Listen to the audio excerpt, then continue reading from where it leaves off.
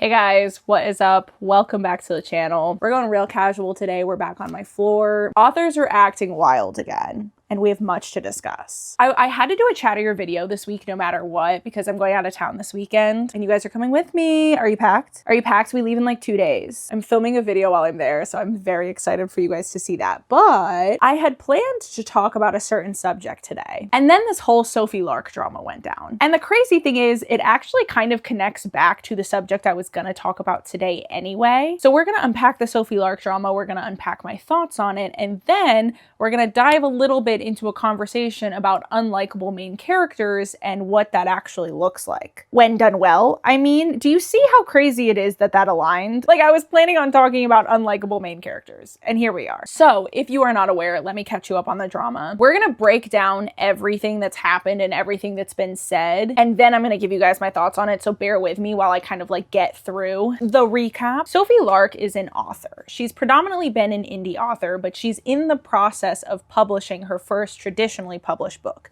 The book's called Sparrow and Vine, the publisher's Bloom, and the ARCs just got sent out. So it's not published yet, but some people had copies of it and were reading it, advanced readers copies. We're familiar with the concept. I mean, I've never been sent one. So like if a publisher wants to amend that, I would love that. Especially if somebody wants to send me the new Hunger Games book, because that would make my life so much easier if I could make that video before the actual release date. Just saying, that would be really cool. But anyway, the ARCs had been sent out and a few lines were sticking out to some of the early readers as offensive. The first of them being, hang on, let me consult my notes. Okay, both of these are said by the female main character. It's a romance, by the way. I was inspired by Elon Musk. I use his 5-step design process. Okay. And then, I don't want to sound ignorant, but shouldn't there be a crew of people with questionable work visas picking these grapes for us? So those are the lines. Okay. Like I said, this is her first traditionally published book, but she has published books in the past indie. So people went through her older work and found some other lines they weren't thrilled about. We'll just put it simply. One of them is, it was extremely unexpected, like an alliance between Israel and Palestine or cats and dogs, likening a horrific global conflict. And I told you guys I was going to start being more careful of words that YouTube might flag, likening that to the like joking cats and dogs like hate each other sort of bit. Okay. And then also in a book that was a romance between a black woman and a white man, the woman thinks to herself at one point in time, he can be my master and I'll be his slave if that's what it takes to get him back again. My God. So people are pretty mad at her for a good reason. And before any of you come into my comments and start talking about freedom of speech, I want to clarify something really quick. Nobody's freedom of speech rights are being violated, okay? The government is not persecuting her. People are allowed to be mad at her for her words. Nothing drives me. This is a side tangent. Hang on. Oh my God. This is a pet peeve of mine. This is a rant I'm going to go on in anticipation of comments I haven't even gotten yet. Freedom of speech means freedom of government persecution. It does not mean freedom from the consequences of your words. The logic behind like you can't get mad at somebody because of something that they said because of freedom of speech, like by that logic, none of us can ever get mad at anyone about anything. Imagine if your loved one said something insulting to you and you were like, hey, I felt kind of insulted by that. I don't appreciate that you said that. It kind of bothered me. And their response was freedom of speech. People will cite freedom of speech, but they don't actually mean freedom of speech. They mean freedom to do whatever they want to do at the consequence of other people's freedoms. Like they want to take away other people's freedoms because other people have freedom of expression. Other people have freedom of speech. So I have the freedom to use my speech to express my feelings about the things that you said. So I don't want to see anybody coming into my comments like, freedom of speech, she's allowed to put whatever she wants in the books. Yeah, the government's not stopping it from getting published. If people are mad at her for their words, they have every right to do so. And claiming that they don't is actually you saying that they should not have their freedom of speech, not the other way around. And it's always the same people that love capitalism. Like, babe, this is the system that you love. Is it not? People voting with their dollar, people being upset at the fact that she put this stuff in her book and saying they have no interest in buying and reading it as a result, therefore voting with their dollar, therefore participating in our capitalistic system. Is this not what you want? That's not saying I'm a massive fan of capitalism. I just find that there's a correlation between the people who are massive fans of capitalism and the people who clearly don't understand what freedom of speech means. It's like, babe, what you're seeing is the system you love so dearly in action. Okay, what you're seeing is the masses voting with their dollar for what they want to see in the media. It's not censorship. That was a side rant. Okay. So anyway, people are upset at her for these lines in her books, and she gave an apology, if one could call it that, and we're going to read it right now, and then I'll give you guys my overall thoughts on the situation. I want to start by saying how much I appreciate this community. Your passion, support, and willingness to engage in meaningful conversations have always meant the world to me. That's why it's so important for me to address something that I got wrong. It has been brought to my attention that certain lines in Sparrow and Vine were hurtful. Reading your messages and hearing your perspectives over the past 24 hours has been humbling, and I want to acknowledge the pain my words have caused. I am truly sorry. My intention was to craft and demonstrate a flawed main character. Oh, we are going to talk about that. But instead, I wrote dialogue that read as attacking to a community that I care very much about. During the editing process, Bloom recommended removing these lines, and I made the wrong choice in keeping them. I now understand that impact matters more than intent, and I regret that my words caused harm. Please don't blame Bloom for my mistakes. I wrote this book back in summer of 2024, and a lot has changed in the world since then, particularly in regard to the fate of immigrants worldwide and certain public figures. Some things I would write differently now, so that's exactly what I'm going to do. Words mean nothing without action, so I'm pausing this book and this series for some rewrites to ensure that my work doesn't contribute to harm. I will also be listening more closely to our sensitivity readers and taking additional steps to educate myself on responsible storytelling. And to those who took the time to share their feedback, thank you. To those I have hurt, I'm very sorry. I hope I can earn your trust back in the future. Love, Sophie. I fear I don't even know where to begin. A lot of people are not super thrilled with this apology, and some might argue that in the current creator landscape, it is very hard to put out an apology that people will accept. That's what people are claiming, at least. I don't think that's necessarily true. I just think that people keep like not really understanding what people are mad at them for, so then when they put out an apology, it ends up falling flat. And specifically with this one, the apology directly contradicts itself. One of the claims within the apology is that she wrote this back in summer of 2024, and that the landscape is wildly different now, the political landscape, I mean, and she wouldn't have put some of that stuff in there now. Is it though? Is the political landscape that different than it was last year? I mean, yes, people are now having the opportunity to act on the threats that they ran on in their campaigns, but to claim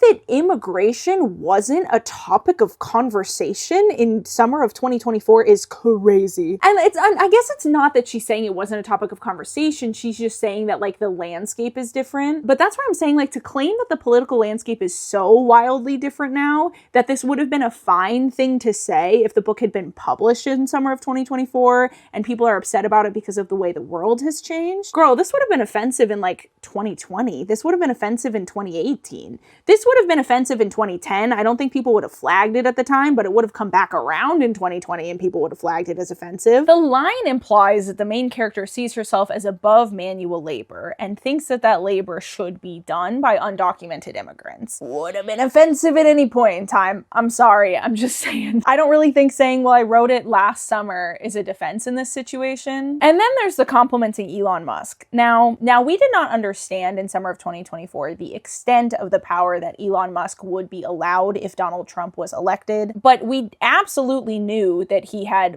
bought Twitter with the intention of turning it into a right-wing propaganda machine, and he was fighting very aggressively to get Donald Trump into office. So again, while maybe we didn't know exactly how everything was going to go down, I maintain that if the book had been published in summer of 2024, I think people would have been upset about the same lines. But not only that, let me explain what I meant about the apology actively contradicts itself. So she claims that the political landscape was different at the time and that there's some lines in there that she put in there that she did not view as offensive at the time that she wouldn't put in there now if she had written it last week, and then goes on to say that the publisher and the sensitivity reader told her that they thought the lines would be offensive and that she should take them out. So which is it? Was the political landscape different then and these lines wouldn't have been offensive? Or did the sensitivity reader tell them to take it out and you ignored it? Because you can't have both. So really what this apology said is I, Sophie Lark, did not understand the extent to which immigrants were in danger at the time that I put this book out and actively ignored somebody who was trying to educate me on it. So you can understand why people are like, that apology didn't really do it for me, girl. Not only that, but she completely ignores the other lines that people have found. Now, the thing that I don't know is whether or not these lines had been found and talked about publicly before or after her apology went out, because I'm a few days late to looking at this as per usual. You guys know I live under a rock. I rely on the Book Talk girlies to let me know what's going on. I'm almost always at least 3 to 4 days behind the drama, so I do not know if the apology went out before or after they discovered those other lines. Like, how would one even begin to explain the master and slave line? Like, that's just so disgusting. It's like truly actually disgusting and shocking that she's such a popular author and this is just now coming up. So I don't know. It feels to me very much like Sophie Lark has a lot of work to do on herself, and that's becoming apparent in her work. And that, you know, I can kind of piggyback off of that to talk about like flawed main characters. A lot of people act like this is a very nuanced conversation, and I will admit to you guys that I don't actually think that it is. I don't think it's that nuanced at all. I think it's actually really easy to understand where the line is, and that's where I get so frustrated with authors,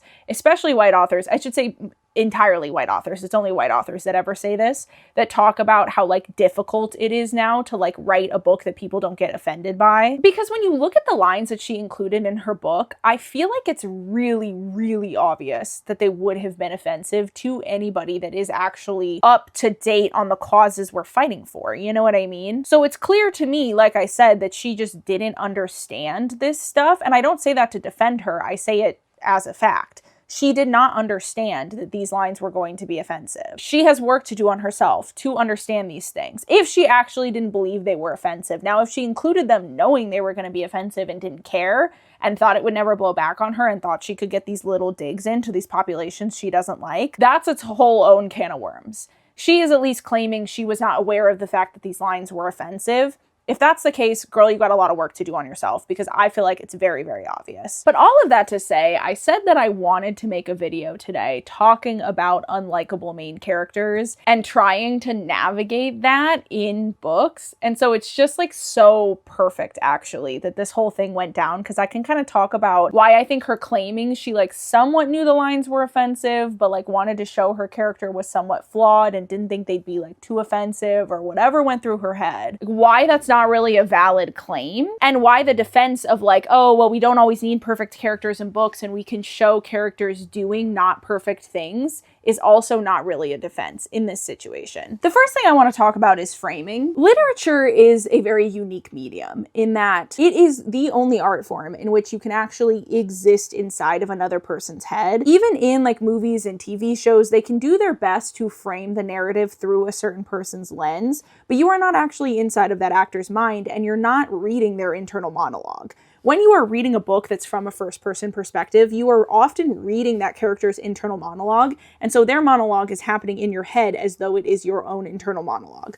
So it offers us a very unique ability to get inside of the head of different characters in a way that just isn't possible in other art forms. Part of what I love so much about it. Some authors over the years have used this as an opportunity to show perspectives of people that they don't agree with or that aren't that good of people. Quick trigger warning, I'm going to be talking about the book Lolita, which contains depictions of child SA, so if that's not the subject for you, I will put a timestamp on the screen. Lolita is a very famous example of this. Lolita is a book that is from the perspective of a PDF file. I hate using things like that, but I'm sorry, guys. The words do get flagged by the algorithm, so if I want to get something out there where I'm talking about this kind of stuff, I kind of have to dance around the language like that. But it's from the perspective of a PDF file, and it shows his mindset as he engages in what he views as a relationship with a 12-year-old girl. Now, Lolita has been a very controversial work of fiction over the years since it has been published. Some really herald it as one of the like crowning achievements of literature, and some think it should be banned. In my opinion, Lolita is the perfect example of what I'm talking about here, which is showing the internal monologue of somebody that you don't necessarily agree with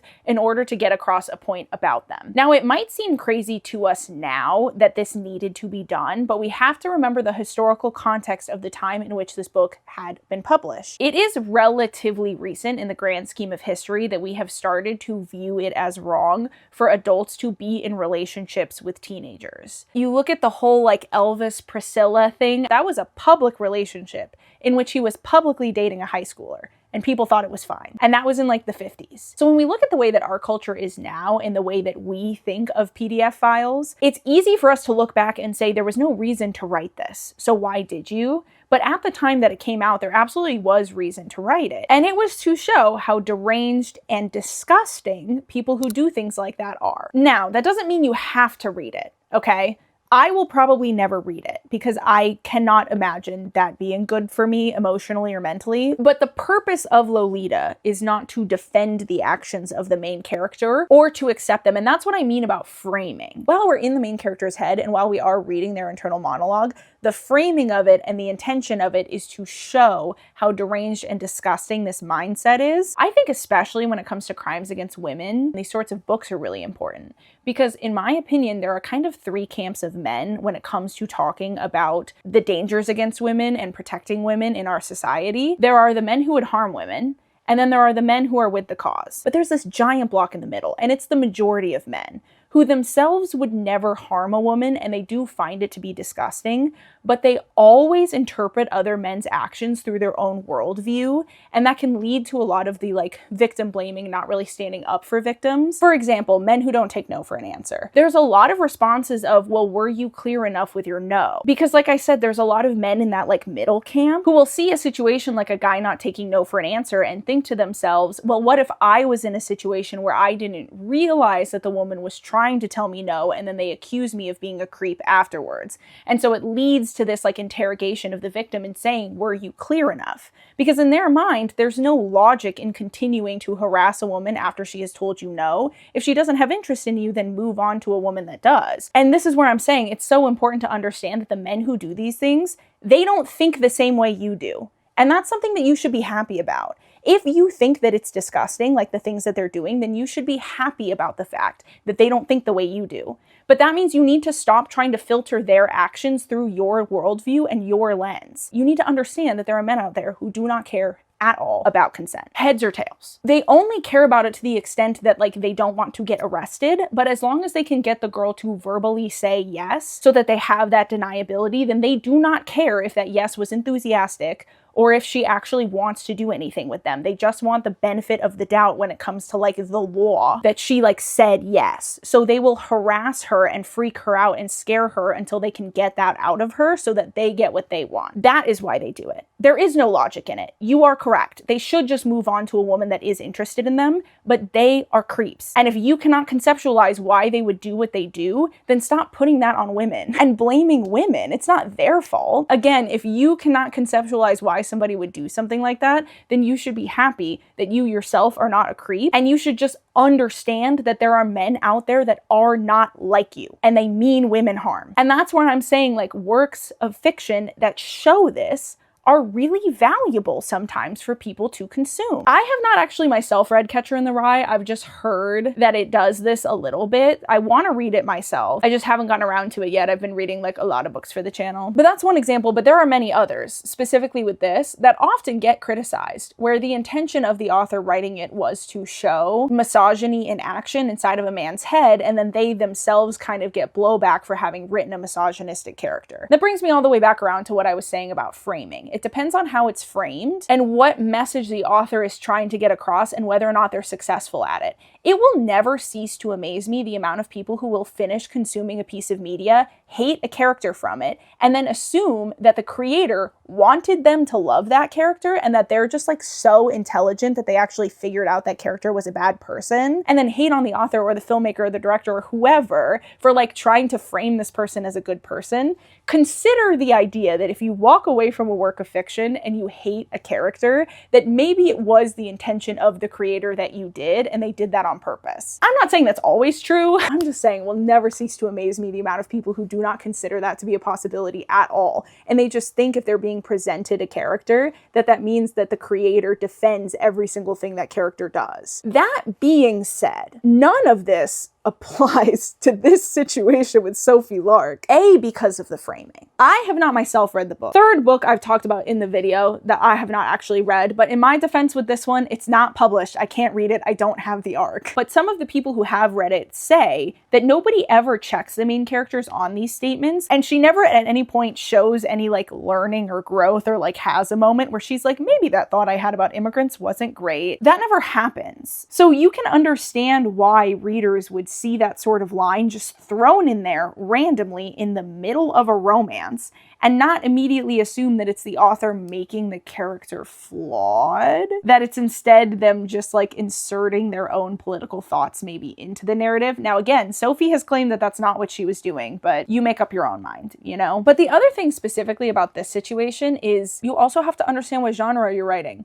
You are writing romance. Now, I am not saying that romance characters need to be perfect. In fact, that makes the story so unbelievably boring. Not a fan of perfect characters, never have been. You guys know that about me. That being said, you have to make them imperfect in a way that the reader can forgive. So if this genuinely was her trying to give this character the flaw of ignorance, many romance readers are not going to find that flaw particularly sexy. Struggling with communication, self-destructive behaviors, actions out of fear or anger or jealousy, like these are our typical human flaws that are great to see in romance characters, and especially great to see when they are challenged. In fact, going back to I've talked about Twilight so much on my channel, and at some point in my Eclipse video, I talked about how people rightfully criticize Stephenie Meyer for some of how she had Edward behave throughout the Twilight series, but the one flower that I will hand her on that is there is a moment in Eclipse where Bella calls out Edward's controlling behavior and he changes. And while